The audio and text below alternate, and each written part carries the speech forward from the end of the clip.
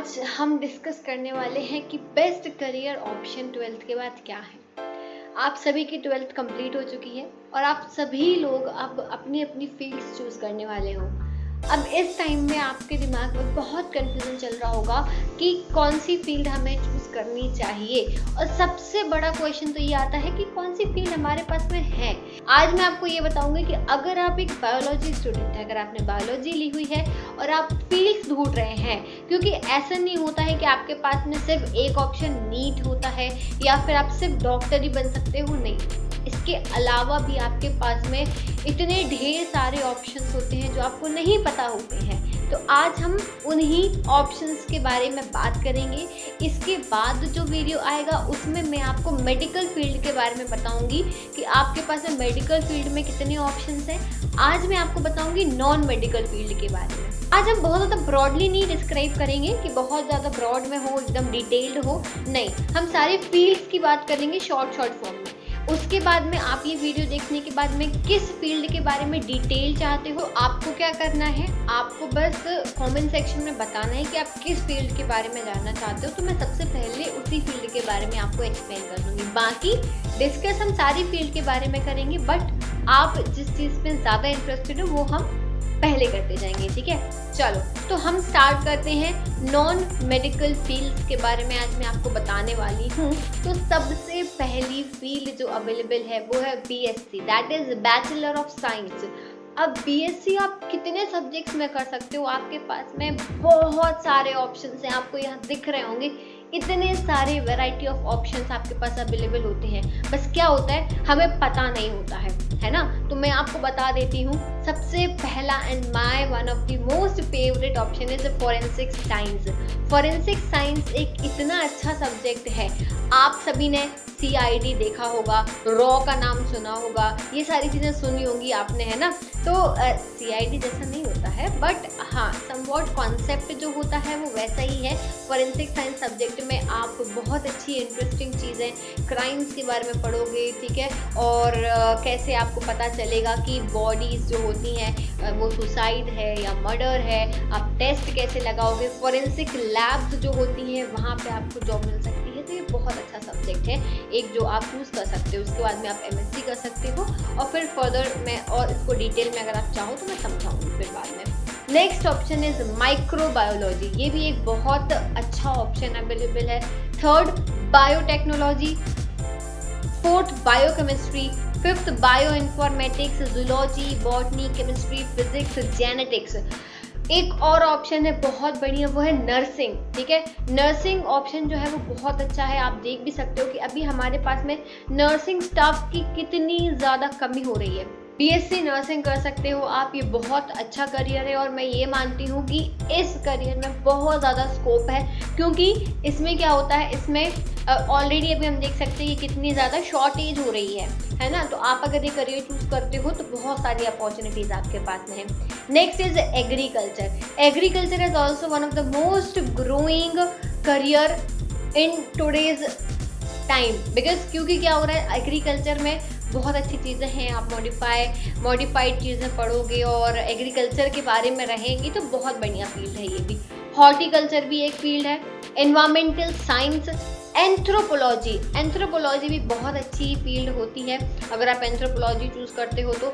Psychology भी बहुत interesting है। अगर आप इंटरेस्टेड हो, आप साइकोलॉजी के बारे में, आप लोगों को पढ़ना चाहते हो, लोगों के बारे में जानना चाहते हो, लोगों को समझना चाहते हो, तो psychology is very interesting. Radiography, next is human biology, next is cardiology. Cardiology भी बहुत अच्छी फील्ड है। कार्डियोलॉजी के बारे में भी मैं आपको बताऊंगी, एक पूरा मैं वीडियो बना दूंगी इस पर। कार्डियोलॉजी फील्ड में भी क्या होता है कि आप BSc कर सकते हो कार्डियोलॉजी में, ठीक है।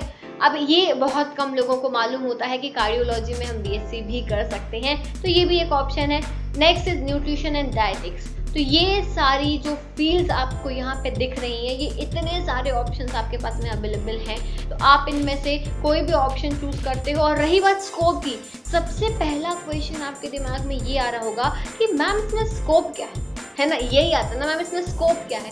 तो देखो बच्चों, क्या होता है ना, स्कोप हर चीज़ में है, ठीक है। स्कोप हर चीज़ में है। अगर आप चाहते हो तो, आपको इंटरेस्ट है तो आप हर चीज़ में स्कोप ढूंढ सकते हो। ऐसा कोई भी फील्ड नहीं है जिसमें स्कोप ना हो, ठीक है। स्कोप हर चीज़ में है। द पॉइंट इज आपको इंटरेस्ट होना चाहिए उसमें और आप उसमें अपनी पूरी मेहनत करो, तब जाके आप उसमें अपने आप स्कोप ढूंढ सकते हो, ठीक है। तो कभी ये मत बोलना कि अरे मैं ये सब्जेक्ट चूज़ नहीं करूँगा क्योंकि इसमें स्कोप ही नहीं है, हम तो वो वाला चूज़ करेंगे क्योंकि इसमें स्कोप है। ऐसा बिल्कुल नहीं है। दूसरा सब्जेक्ट जो तुम्हें दिख रहा है ना, वो तुम इसीलिए तुम्हें स्कोप दिख रहा है क्योंकि वो भेड़ चाल, सारे लोग उसकी साइड जा रहे हैं, इसलिए तुम्हें वहाँ स्कोप दिख रहा है। पर ऐसा नहीं है। अगर कोई ऐसी फील्ड है जहाँ पे लोग कम है, ठीक है, तो वहाँ पे आपको जाना है और वहाँ स्कोप बनाना है। ये आपकी जिम्मेदारी होती है। ऐसा नहीं है कि उसमें स्कोप नहीं है, बस बात इतनी सी है कि उस सब्जेक्ट में, उस पर्टिकुलर करियर में मेहनत ज़्यादा है जो नहीं की जा रही है, और जहाँ पे आसान रास्ता दिख रहा है वो चूज कर लेते हैं, है ना। वो तो सुना होगा द रोड नॉट टेकन। तो उसमें क्या होता है, जो रोड कोई नहीं ले रहा है, आपको वो रोड चूज करनी है। क्यों? क्योंकि वो अच्छी है, कठिन है, सीधा सीधा रास्ता नहीं है, लेकिन वो बेस्ट रास्ता है। जो आसान रास्ता सभी लोग चूज कर रहे हैं, तो फिर क्या डिफरेंस रह जाएगा। अगर आपको किसी से डिफरेंट बनना है तो आपको डिफरेंट रास्ता चूज करना पड़ेगा, भीड़ से अलग होके काम करना पड़ेगा। तो ये चीज़ ध्यान रखना, स्कोप हर चीज़ में होता है, ठीक है। चलो नेक्स्ट फील्ड की हम बात करेंगे। Next is B pharma, bachelor of pharmacy. ये बहुत बढ़िया फील्ड है, ठीक है। एवरेज ड्यूरेशन अगर हम इसकी बात करें तो ये 4 साल का कोर्स होता है। मिनिमम फीस की एवरेज, हम एक एवरेज बात कर रहे हैं, मैं पर्टिकुलरली कॉलेज के हिसाब से नहीं बता रही हूँ। एक एवरेज फीस जो होती है वो 15,000 से 1.2 लाख एनुअल तक जा सकती है। मिनिमम एकेडमिक रिक्वायरमेंट की आपको क्या एकेडमिक रिक्वायरमेंट है, 10+2 होना चाहिए इन PCB, ठीक है, PCB होना चाहिए। साथ में मिनिमम परसेंटेज 50% होना चाहिए 12th में, और बहुत ज़्यादा परसेंटेज की ज़रूरत नहीं होती है। इसलिए जितने ही बच्चे परसेंटेज को लेके परेशान होते हैं कि मैम मेरे परसेंटेज कम आए हैं, मेरे 52% है, मेरे 60% है, या इतना उतना, तो बिल्कुल टेंशन नहीं लेना। 50% आ गए ना, बस बढ़िया, बहुत बढ़िया, कोई दिक्कत नहीं है। 50% आ गए हैं तो मिनिमम कोई भी यूनिवर्सिटी है या कॉलेज है 50% मांगती है, तो मिनिमम आपके पास 50% होने चाहिए। सिलेक्शन कैसे होगा? स्टेट या फिर यूनिवर्सिटी लेवल एग्जाम्स होते हैं, तो वो आप देख सकते हो, आपको पता चल जाएगा कि कहाँ कौन सा एग्जाम है किस यूनिवर्सिटी का, तो आप उसके थ्रू इस फील्ड में एंटर कर सकते हो। एज लिमिट इसमें होती है 20 ईयर्स यूआर के लिए होती है और 22 ईयर्स होती है रिजर्व्ड कैटेगरी, ठीक है। तो अगर आपकी एज लिमिट 20 साल के हो और यूआर कैटेगरी के हो, then also you are eligible. अगर आप 22 साल के हो और रिजर्व कैटेगरी के हो, then also you are eligible. आप इतने साल तक, इतने वर्ष तक आप ये फार्मेसी के लिए ट्राई कर सकते हो, ठीक है।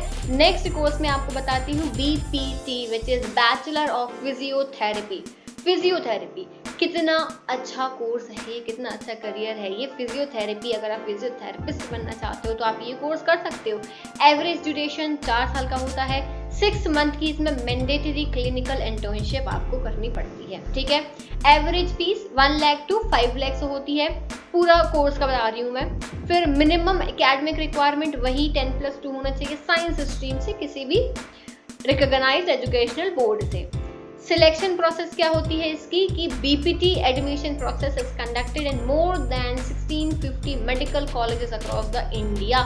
यहाँ पे अलग से BPT के लिए क्या होता है, एग्जाम कंडक्ट कराया जाता है, ठीक है। तो आप इसमें भी एंटर कर सकते हो। नेक्स्ट इज BSc MLT, ठीक है। एवरेज ड्यूरेशन होता है इसका 3 साल का। फीस होती है 10,000 टू 4 लाख।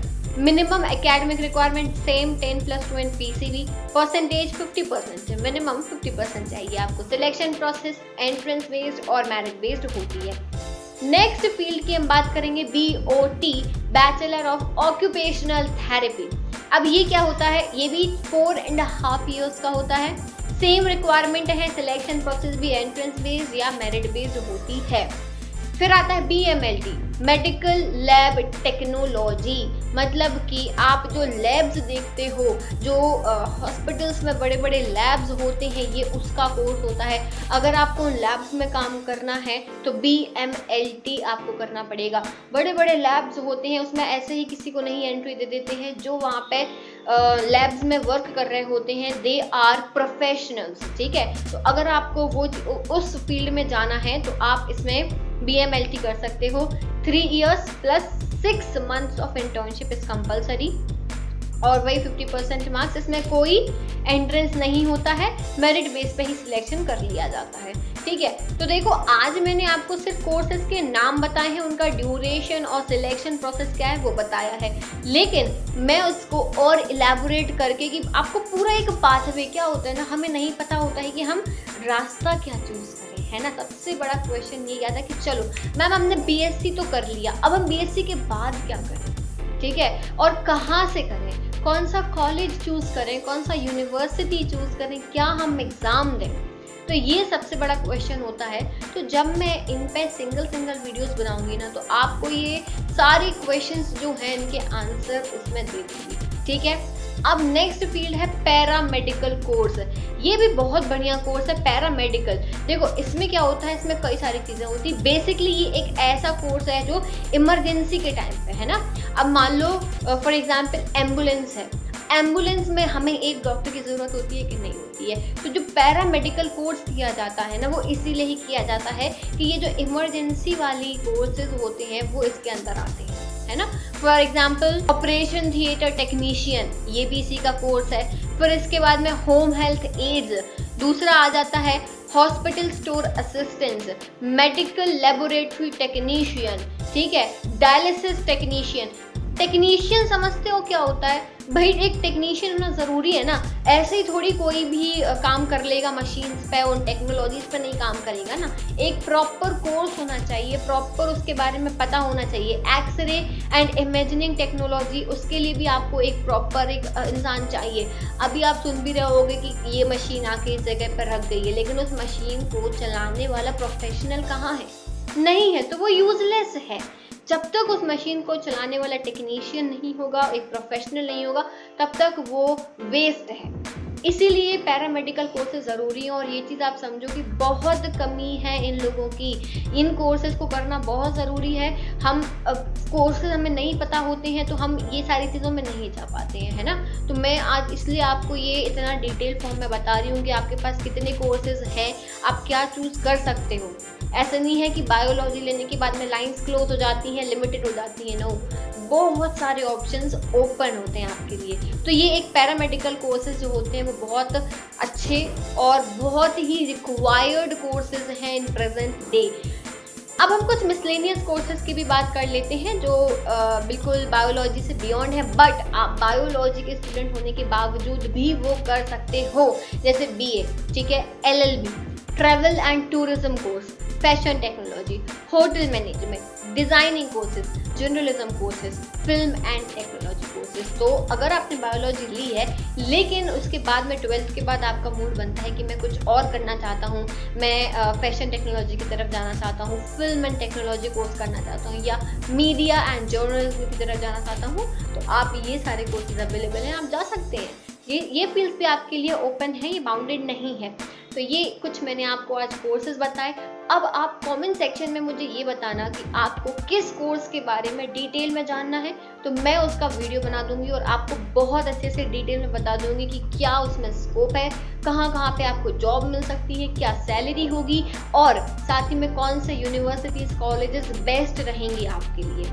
ठीक है, तो आप कमेंट सेक्शन में ज़रूर बताइएगा, और सब्सक्राइब करना मत भूलना, शेयर ज़रूर करना, ठीक है। शेयर करोगे तो आपका जो सपोर्ट है ना वो बहुत ज़्यादा ज़रूरी है। जब आप शेयर करोगे तो लोगों तक बात पहुंचेगी, लोगों को पता चलेगा। जो बच्चे हैं जिन्हें नहीं पता है कि हम क्या चूज़ करें, बहुत कंफ्यूजन का टाइम है ये, बहुत ज़्यादा कंफ्यूजन का, तो ये आपकी ड्यूटी कि आप अपने फ्रेंड्स में ये चीज़ शेयर करो। And thank you so much for watching this video. See you soon in the next video. Bye bye.